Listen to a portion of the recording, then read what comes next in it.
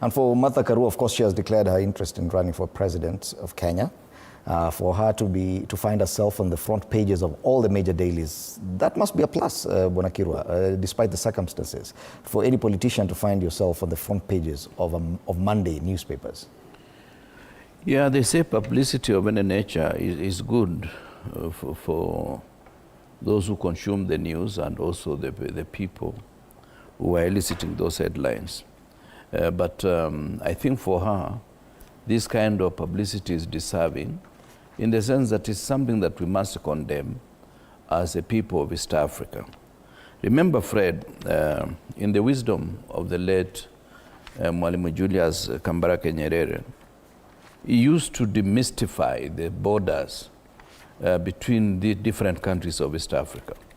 Look, for example, the Teso of Kenya, the Teso of Uganda, the Maasai of Kenya and the Maasai of Tanzania, and many other communities, including the community where the Honorable Pokisho does come from.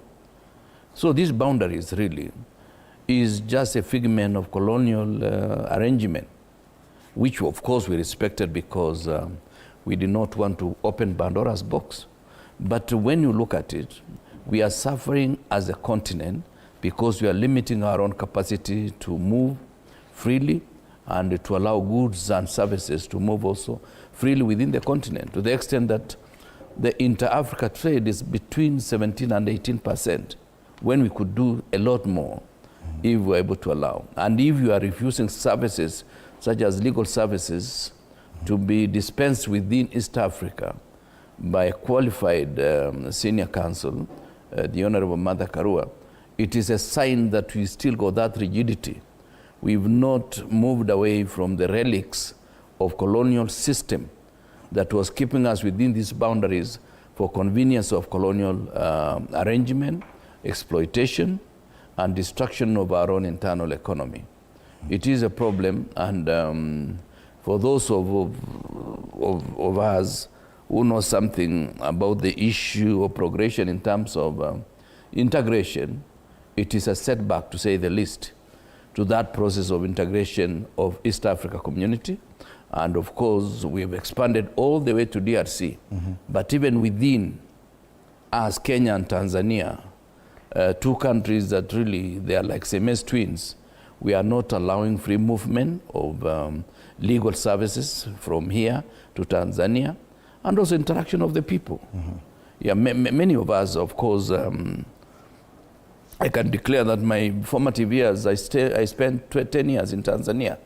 And therefore, for me, Tanzania is my second home. And anything I hear about Tanzania, I'm very keen to know how well they are doing. And I always celebrate our brothers and sisters in Uganda. At times when they win, whether it's Kipruto from Kenya or Kipruto from Uganda, we jointly celebrate because we say this is the strength of East Africa. So for a head of state to be oblivious of some of these interactions and this kind of brotherhood is a sign of a declining democratic principles within the continent of Africa. Right. A situation that we should condemn by all terms and by all individuals who are well-meaning when it comes to issues of democracy. Allow me to welcome onto the set Wakili Ishmael Nyaribo. Wakili Nyaribo, karibu sana.